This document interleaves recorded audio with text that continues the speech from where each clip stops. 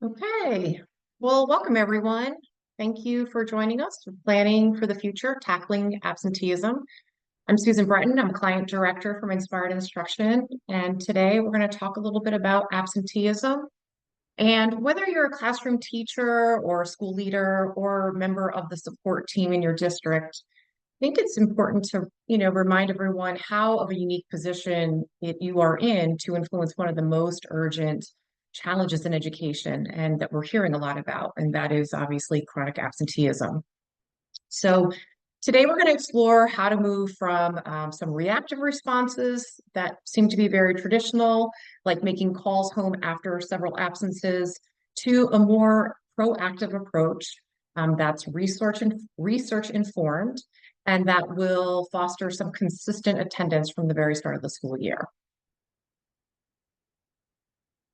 So according to the US Department of Education, more than 16 million students were chronically absent during the 21-22 school year. So this is certainly an alarming trend that we're finding, and it is not necessarily from the pandemic. I think we used to hear a lot of kids aren't coming to school because of the pandemic, but what we are finding that it is not necessarily lingering from that. And what it is really a national crisis that has a lot of roots in an academic, social, and emotional consequence. Especially, we are finding these circumstances for students from low-income communities and also students of color. But here's some good news. Schools can make a difference. And today we're going to be talking about that. There are systems and strategies that work. And the webinar today is really designed to give you some practical tools and strategies that you can start using right away. Okay, so let's kind of talk a little bit about what we're going to be focusing on today. So our goals are going to just be designed to help you drive some real change in your school. And we're going to begin by unpacking the root causes of chronic absenteeism. That means basically going beyond the surface level behaviors and to understand kind of students and families and what they're facing. It's something that we definitely want to be thinking about. And research reminds us that absenteeism is not random. It's actually a very predictable, early warning sign, and it is very preventable. But we need to be looking at it and why students are disengaging. And also, let's be looking at what are the long-term risks of students who don't attend school. So we're going to explore how schools can shift from reacting to absences to actually building proactive supports through MTSS. We'll be talking about universal strategies that benefit all of your students in a tier one fashion, as well as more targeted and intensive interventions for students who need that additional support. We'll talk about fostering a school-wide culture that encourages daily attendance through relationship building and recognition, along with shared experiences. And for those students who have disengaged, we're going to look at how to re-engage and motivate students who've been completely disconnected and how to work with their families in partnership, just not informing them through letters that their student is missing school. And then finally, I'm going to cover a little bit about some real-world tools and communication strategies. Everything today that we've discussed is going to be grounded in research, and there will be a resource sheet at the end that you will have that will have some links that you'll be able to use for your classrooms or counseling office or with your leadership teams. Okay, so before we dive into some strategies, what I'd like you to do is take a moment where I want you to think about what your biggest challenge is when it comes to absenteeism. And the reason I'm asking this is because in my experience in working with schools across the country, absenteeism can look very different in very different schools. And so I want you to be thinking about what are the barriers that get in the way of absenteeism and actually tackling some of it. In 2022, there was a survey that went out to educators after the pandemic, and they asked, what do they believe were the most significant factors when it came to chronic absenteeism? And educators across the country cited student mental health issues, which I think we, certainly hear a lot about. Lack of reliable transportation is definitely also a factor up there. Housing instability and students who are staying home to help out with caregiving responsibilities. And those seem to be some of the leading causes of chronic absenteeism.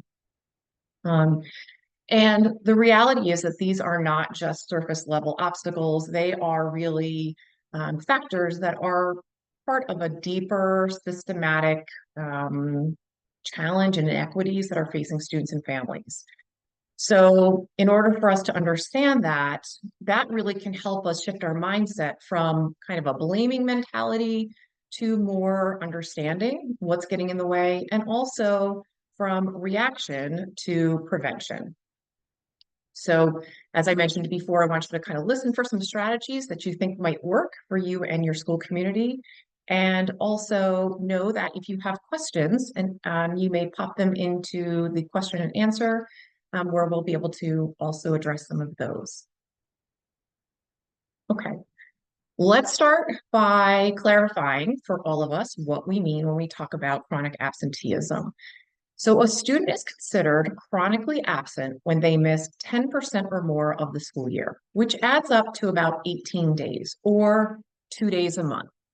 Now, that may not sound like a lot at first, 2 days here or there, but that number can really grow quickly. And what research has found is that students who are chronically absent in the early grades, so say preschool to first grade, are significantly less likely to be on reading grade level by third grade. So I want to say that again. Students who are chronically absent in the early grades, preschool through first grade, are significantly less likely to be reading on grade level by third grade.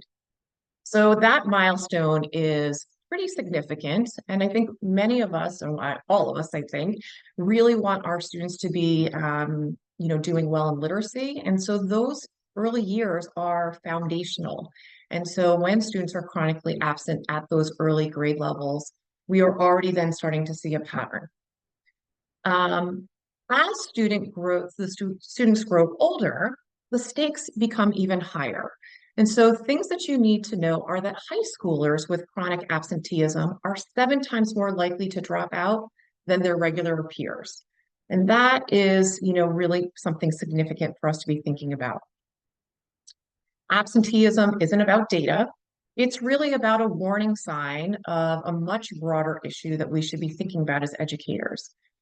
And many times, traditionally, schools will respond to absenteeism as more of a compliance issue with punitive measures like a truancy letter or a loss of privilege.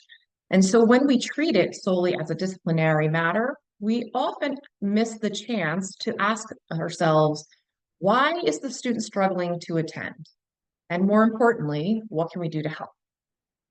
So understanding that absenteeism is a relational issue and also a systems issue, which we'll get into a little bit further, rather than one where students don't have the willpower to come to school or maybe the parents are being neglectful, can have us approach this issue in a way that is needed for real meaningful change. Okay. So to start thinking about how do we in a school community go about reducing chronic absenteeism, we have to go about asking ourselves about the symptoms and the question of why are students missing school in the first place? So a root cause analysis can help us explore these underlying barriers in a kind of in a structured way. And so on the screen, you will see something called a fishbone diagram. And this is a tool that you can use in your schools to help you with a, cause and effect analysis.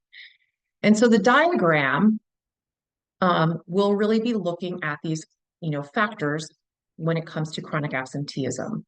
So looking at the screen, you're going to see in the positioned part of the head, of the fish, you'll see the word chronic absenteeism, which that basically will, you can use for your problem statement. And you can use this for anything that within your school system that you're looking for a cause and effect analysis. So looking at chronic absenteeism at the front of the head, then on each of the spines that branch out from the backbone will represent kind of a broad category. So we talked about potential causes such as mental health or transportation or school climate or caregiving responsibilities. You can list those within the spine that branches out. From there, looking at those categories, you would want to break down contributing factors that kind of fall off of those each of those spines, right? Identifying specific things in your school community that feed into the larger issues. And when you do a root cause analysis, it's always very important to have a team approach where you have people from your team that are looking kind of in a multidimensional way. And this process really supports a more targeted approach that can help, look at the student attendance issues. Okay. So this is something that, is very helpful, and I would encourage you to take a look at it. Another helpful tool that you can use is called it's called an attendance self-assessment. And this is something that allows your school to reflect upon your internal systems or your operational systems like scheduling or discipline policies or equity gaps that contribute for absenteeism. And so here are some things that you should be thinking about when you use a self-assessment tool around absenteeism. And the first thing is that you want to be thinking about what are your strengths and where are the gaps, right? Assess the strategies and the systems that you think are actually working, and then think about where are the weaknesses or where are the inconsistencies. For many schools, they will very much try to get on top of absenteeism, and then they often feel that there are so many other things that can get in the way. And this could be something that you should be thinking about when you're looking at the self-assessment tool. Also, you want to promote reflective practice. So you should be thinking about encouraging your entire school staff as a whole team to reflect upon how they are addressing the root causes when it comes to chronic absenteeism. And that will also be, moving into a school climate issue, equity, and also family engagement, which we'll talk about a little bit in the webinar. Also, aligning your efforts across all stakeholders. So when you create a shared understanding among not only administration and leadership, teachers, support staff, families, students about the roles that we all play when it comes to attendance and the responsibilities, as well as what is the collective goal from a school standpoint, you're able to then start to relate to everyone. Because attendance isn't really about just one person, whether it's the student or the parents or the attendance, officer or the teacher or the principal. It's really about all stakeholders coming together under values to be addressing why school is so important. Also, guiding some strategic planning. Planning, looking at data to inform how, school improvement plans can come together, what targeted interventions and resources can effectively reduce chronic absenteeism in your schools. So having data available is super important. And also having some continuous improvement. This is not a one-time look at data or a tool. You want to be thinking about how do you continuously improve and track your progress so that if you need to flex based on strategies that are, doing well and working versus what's not working, you have the ability to go back and keep circling back to, making progress. Remember that absenteeism is almost always the effect, not the cause. So be thinking about that. And these tools, the fishbone and also the self-assessment are really ways in which you can trace back the source of the issues. And that's where ultimately you'll be able to begin to help create change. Okay, so as we talked about shifting our mindset from more of a reactive to a proactive systems-based approach, I want to talk a little bit about how a reactive approach typically kicks in after absences have already occurred. So when school starts in August or September, oftentimes schools will wait until students begin to miss significant instructional time. And then already you have issues, from the academic realm, then the social emotional realm that are becoming, more into play for students.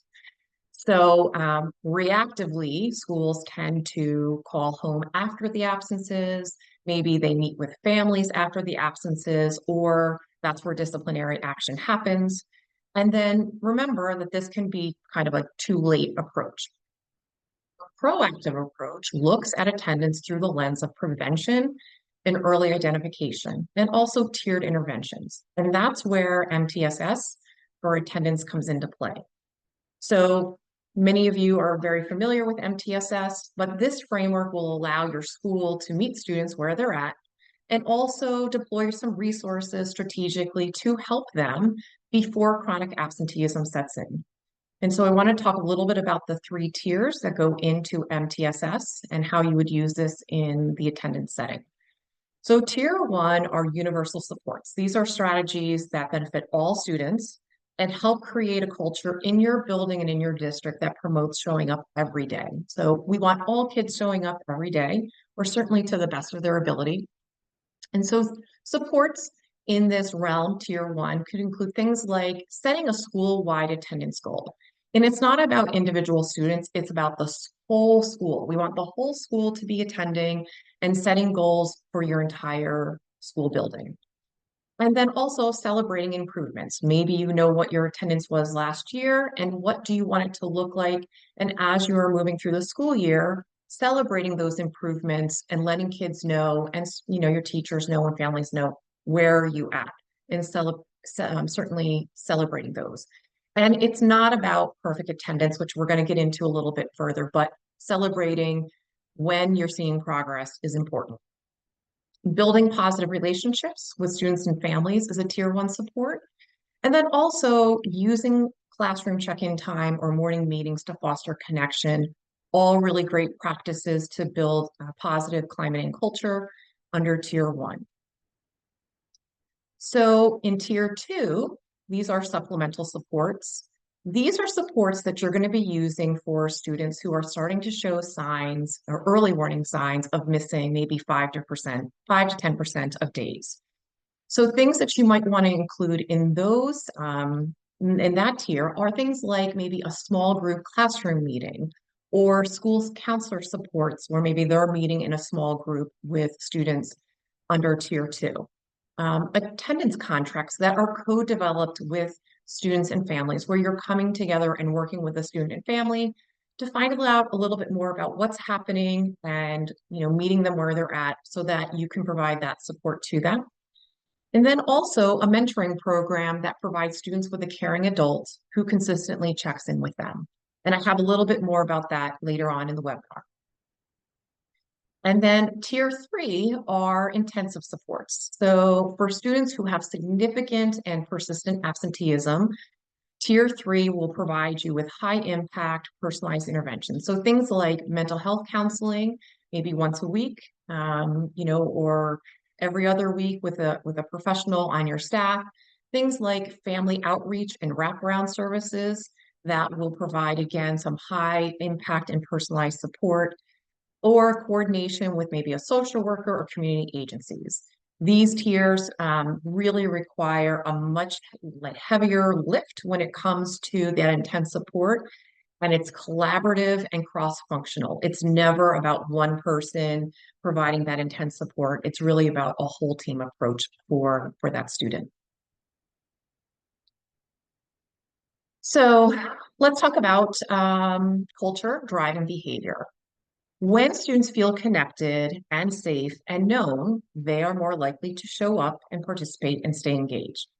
School climate, particularly the quality of the teacher-student relationship and a student's sense of belonging, is probably one of the most strongest predictors of consistent attendance. So in fact, school climate measures emotional safety and respect and adult support, which has been shown to significantly reduce chronic absenteeism, especially in marginalized communities. So thinking about the culture within your school, here are some high impact strategies that you may want to consider. We talked a little bit about morning rituals and greetings. So starting things like an intentional connection every day. Students who coming into your classroom or maybe your building, starting with a handshake or a morning circle or a quick check-in. It could be a high five at the door from administration. Small relational rituals that help students feel seen from the moment that they arrive. Students, when they're greeted by their name at the classroom, are more likely to feel engaged and return the next day. Don't reward perfect attendance. Celebrate growth, as we talked about. When you say things like, hey, you were here 3 more days this month than last, that's terrific. That's called growth recognition, and it reinforces effort, not perfection. So by focusing on progress, it's going to help avoid students feeling ashamed when they're not motivated for coming to school, or potentially maybe when it's really not within their control. Involving students in co-creating class norms. So when students are able to help shape classroom expectations, they begin to take ownership of their learning environment. So start by asking the question, what makes a classroom feel like a place you want to be every day?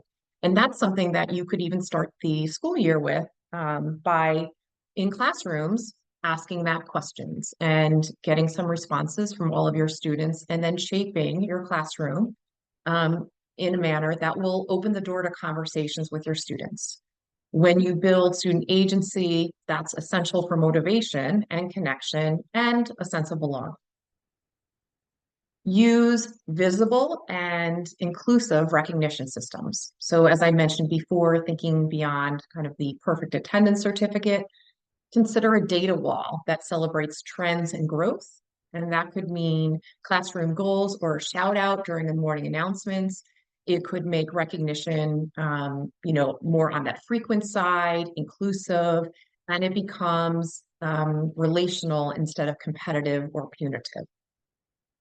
And the other thing is reframing the narrative around attendance, which is a pretty big thing, but think little things like saying why, instead of saying like, why weren't you here yesterday?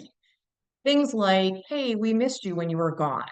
And that message is changing the dynamic. And it really kind of says in simple terms, like you're valued. So when I say, hey, we missed you when you're gone, a student is going to feel that they were missed and that, maybe that is something that will motivate them to come. Um, Lastly, consider embedding social emotional learning practices into your daily routines if you haven't done that already, because that is something that will, again, is just another strategy that really helps students. And long story short, out of all of these strategies that we're talking about today, the message overall that we want to send to students is this is the place that you belong, and we want you here, and we see you. Now we're going to look at a strategy called success mentoring. And this model emerged actually from a partnership between the New York City public school system and Johns Hopkins University. And at the heart of all of this is really about strong relationships in schools that drive attendance. And so in this program that was set up between Johns Hopkins and New York public schools, what they found was in the success mentoring program, students who were chronically absent or at the risk of becoming so were matched with a caring adult mentor within their school. And this adult checked in with that student to build trust, help the student build, or navigate challenges of things that were getting in their way, like, specifically, so kind of a one-to-one. And what they found was the relationship, excuse me, really strengthened the connection between school and home and proved, having a real positive impact on improving attendance. This success mentoring model is a tier 2 intervention. And according to the research for these students in this program, the students actually gained 9 to 13 days of attendance each year, which turned out to be 3 extra weeks of learning by this program. So they really ended up showing some measurable gains in ELA, which underscores kind of the link between having students show up and achieving success. So if this is something that you're thinking about, you want to keep some things in mind if you were to do a program like this. So the first thing is consistency and frequency matters. So success mentoring, these mentors were expected to check in at least 3 times per week with the student. And it really was creating a rhythm for those students of care and also accountability.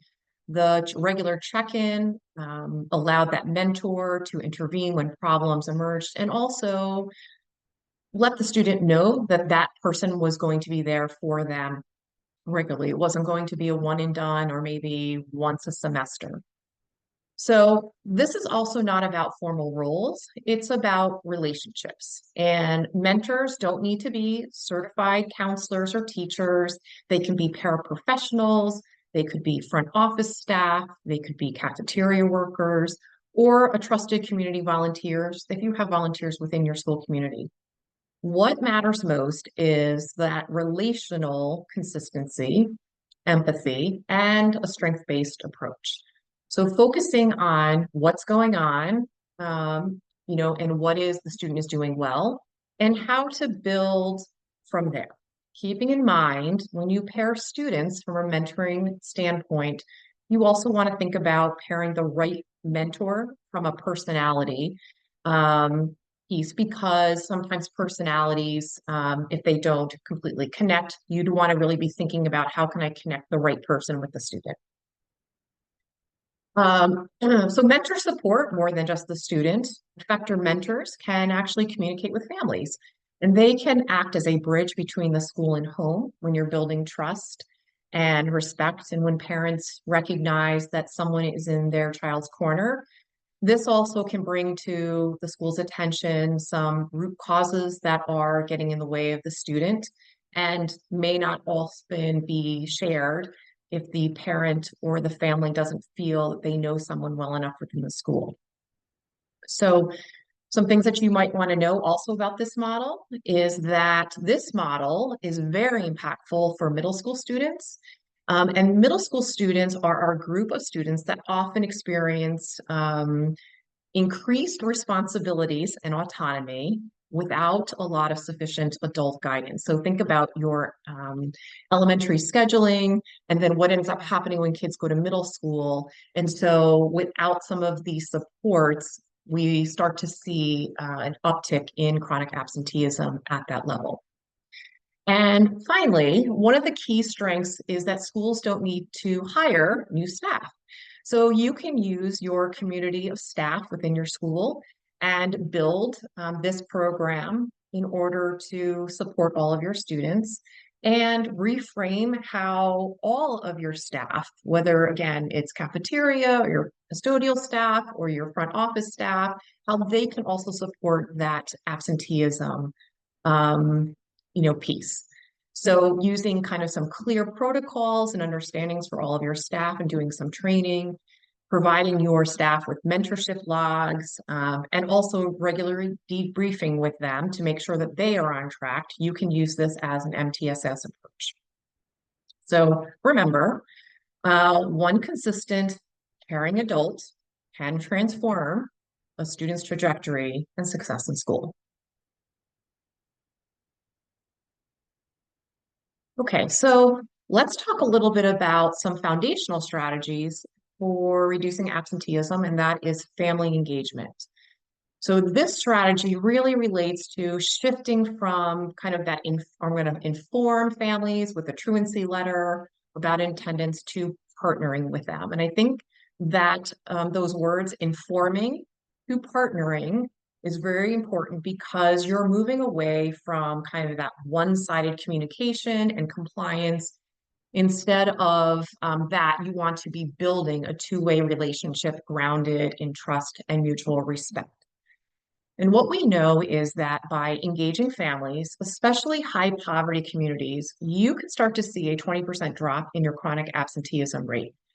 And this comes into play when families feel respected and not judged. They become strong partners in helping their children attend school consistently, and they can help them succeed. And so here are some things that I want you to be thinking about when you're, considering family engagement strategies. So first is shift the power dynamic. Invite families to share in their goals, their hopes, and their challenges. And so at the beginning of the year, maybe asking things like, what do you want for your child this year? And what's harder for it, what's making it harder for them to get here every day?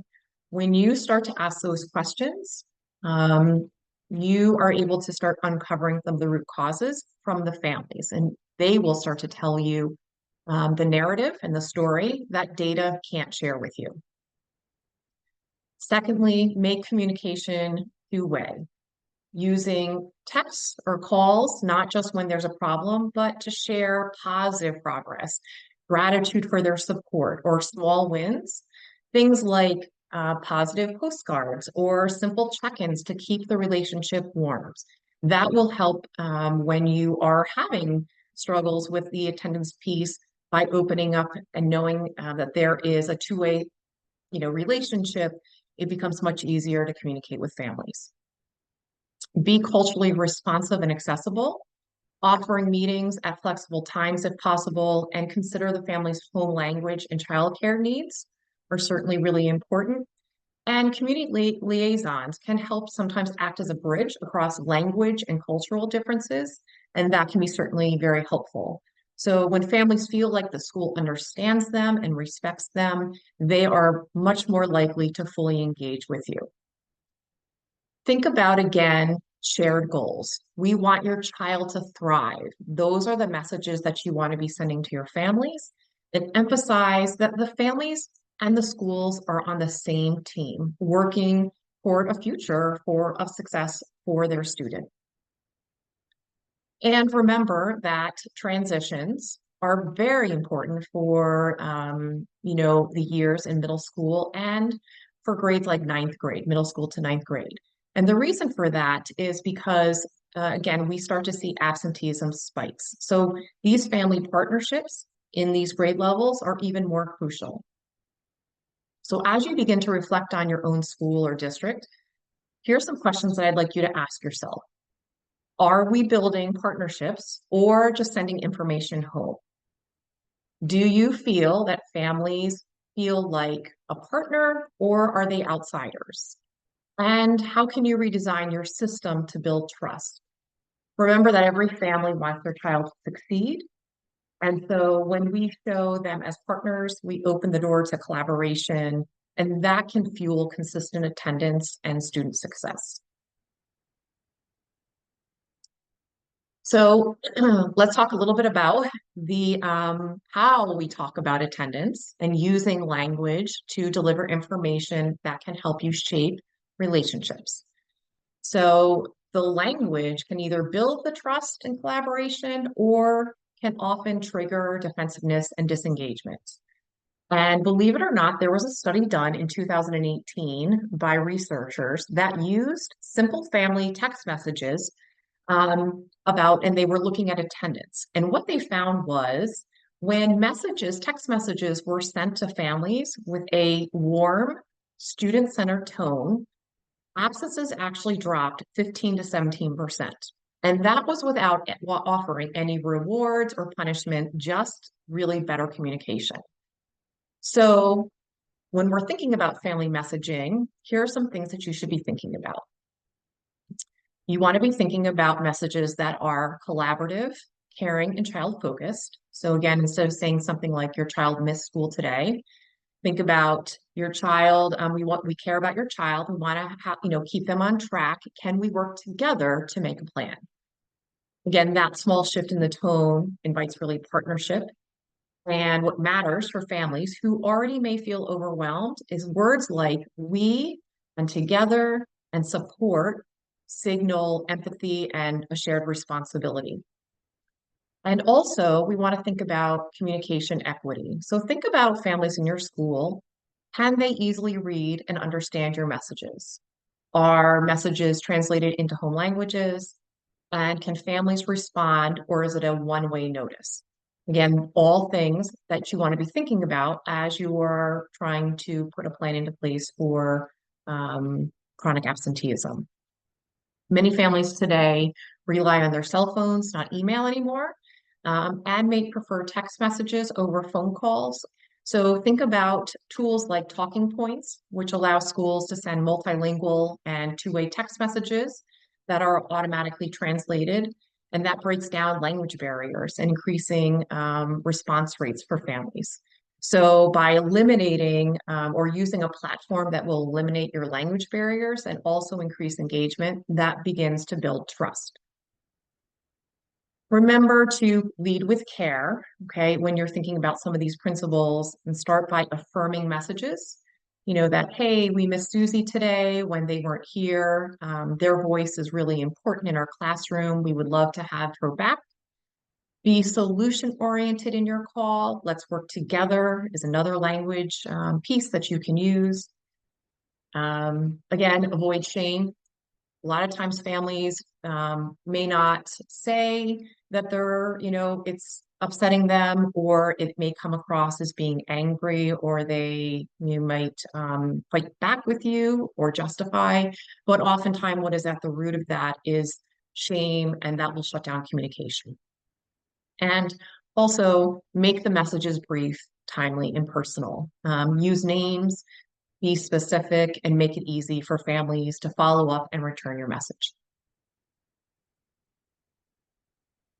Okay. So let's focus on a reason now why students actually disengage, and what we're going to, what we've heard from research. And often students will say that they don't feel seen, heard, or valued, especially when they are disconnected. And so absenteeism or attendance issues are often about connection issues. And students who feel valued, even by that one trusted adult that we talked about before, are actually twice as likely to attend regularly. So this tells us something, that relationships are really not just a nice to have feature in school, but that piece where you have that one trusted adult is actually a core protective factor against chronic absenteeism. Disengaged students often feel school is something done to them and not with them. So in order to re-engage students who have chronic absenteeism or checked out, you want to start thinking about, how do you restore their sense of belonging? And when students feel that school is a place where their voice matters and where adults genuinely care about them, they are more likely to engage with you. So here are some strategies that can help you reconnect your students and help build connections. Things like student advisory circles, small consistent groups where the students meet regularly with a trusted adult to talk about life goals or challenges. And I've seen these done like a morning meeting. It may look a little bit different at the middle school or high school levels based on your schedules, but those small groups where those students can meet um, and talk about, things other than just academics. It can just be about something fun they did or a shared goal. Those do create spaces for meaningful relationships and ongoing check-ins. Consider a peer mentoring program.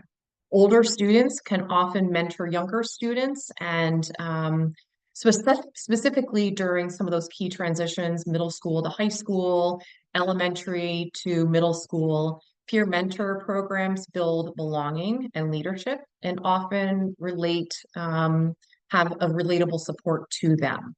And some of the most impactful peer mentoring programs that I've actually seen is when you have students who are on the cusp of really making a growth with their attendance, and you ask them to be part of peer mentoring programs. You can really start to see them grow. Also consider involving students in school decision making. So invite your students to serve on school improvement committees, equity councils, or attendance teams. And that is not necessarily, or you should think about using students who have attendance issues or are making progress.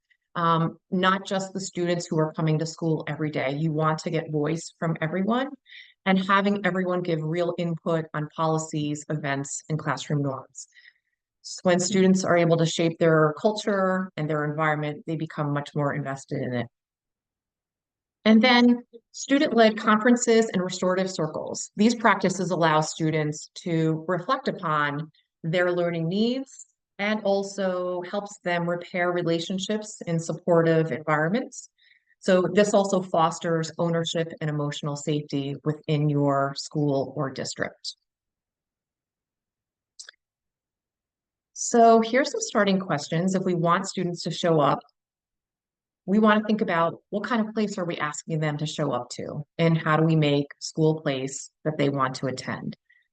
So as we talked about that mind shift, here are some 4 essential questions that you should be thinking about as well. What is our philosophy on creating a safe and welcoming school environment? Do we see students as active participants in shaping our school culture? And how committed do you believe your school is when it comes to equity, belonging, and culturally responsive practices?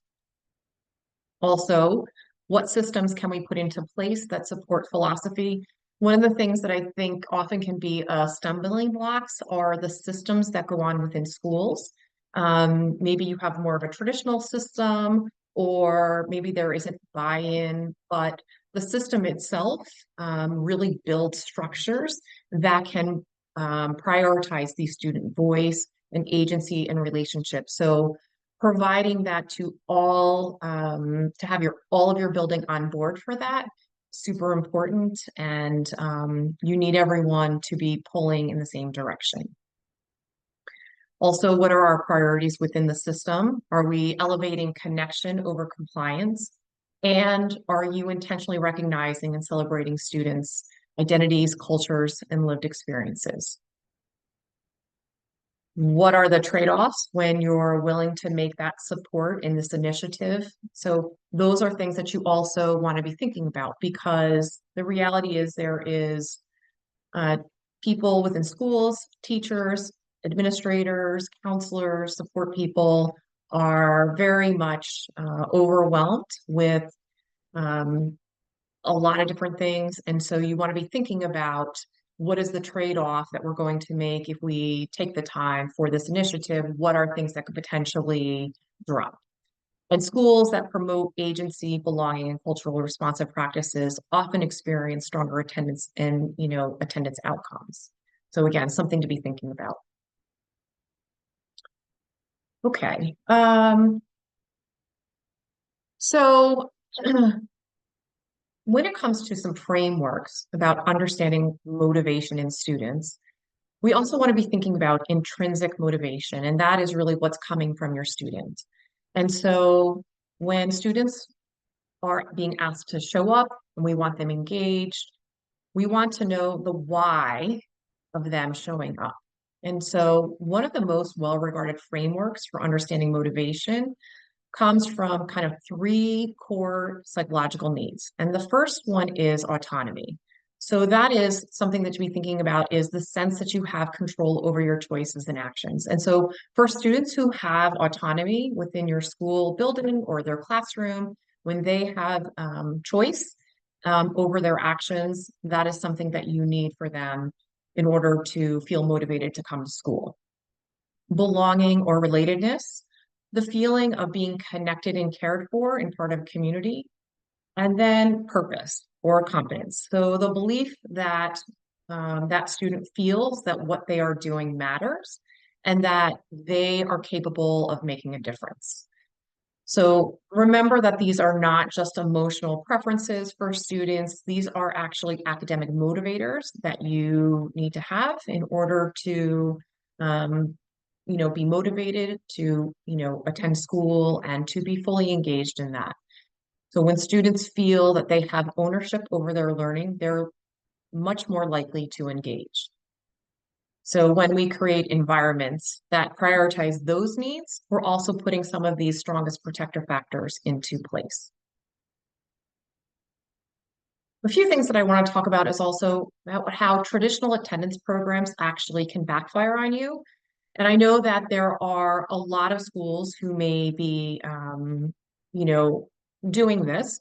And while I'm not saying that this is absolutely wrong, I want for people to be thinking about shifting their mindset a little bit. And so when we see kind of a all or nothing mindset, even if a student misses one day early in the year, they may feel like I've already missed that opportunity. And so that can actually lead to a drop in motivation in some cases for students who may have, more significant issues, total disengagement. And so they begin to think kind of like, what's the point? I've already blown this. And for students facing real life challenges, whether it's being discouraged or shame, that can run deep. And especially for when those absences are not necessarily in their control.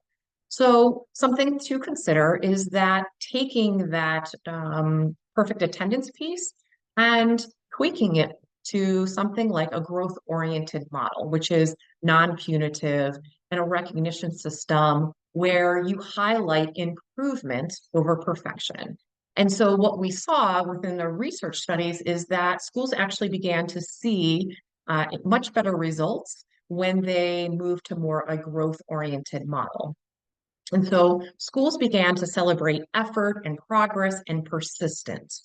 And that made students feel more encouraged and not excluded.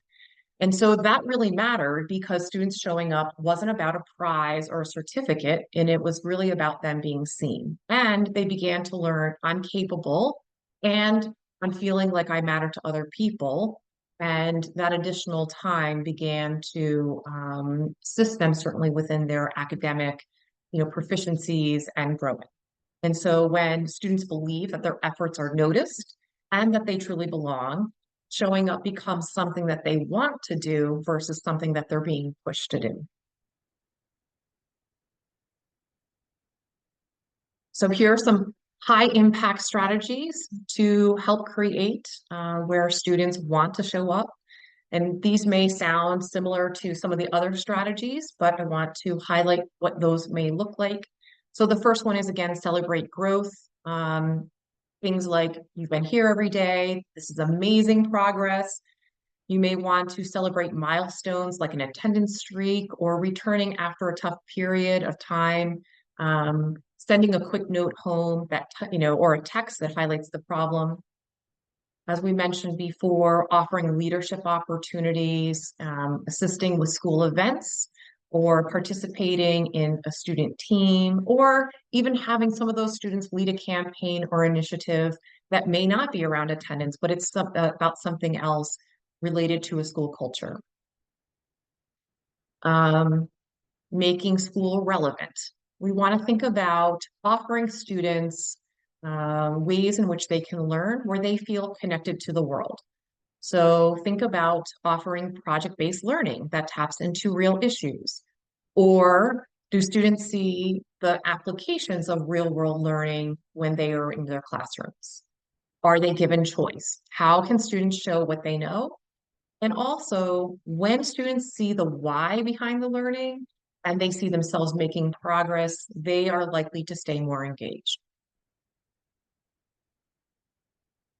And lastly, as we build environments that elevate your students' voice and offer choices and celebrate their growth, we're going to be able to move beyond that compliance piece towards student ownership and ownership for your entire school. The goal isn't about reducing absences. It's about creating that community where students want to be in school because they feel seen and it's purposeful and there's a sense of true belonging.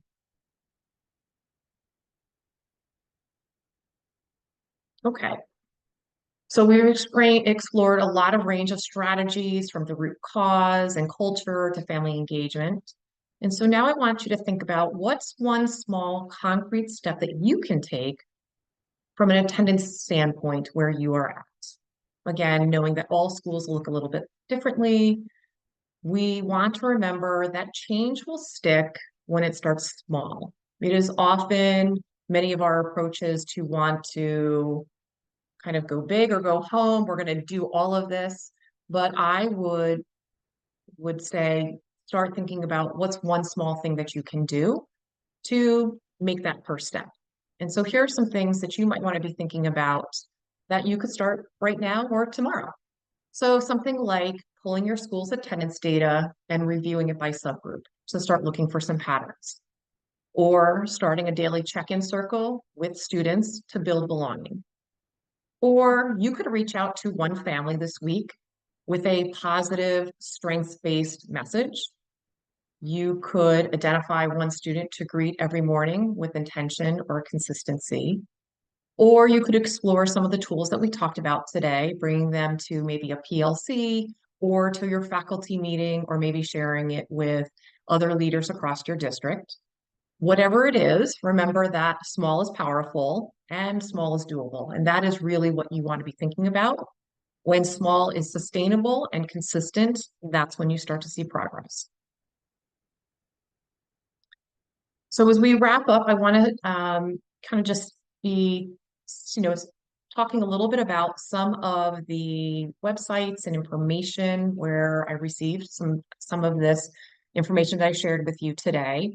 The resources that are on our resource sheet that you'll be getting from the webinar are all evidence-based. And the information from Castle, from Talking Points and Harvard Family Research Project, all of these, definitely reiterate that building connection, self-regulation, and student voice is impactful when it comes to attendance. Okay, and when we can look at data and we use empathy and our actions, we can produce change. So think about honoring the context of your school community and how you listen to families and students, how you might be able to implement some research-based strategies, and how you want to be looking, at what your outcomes are to begin to see progress.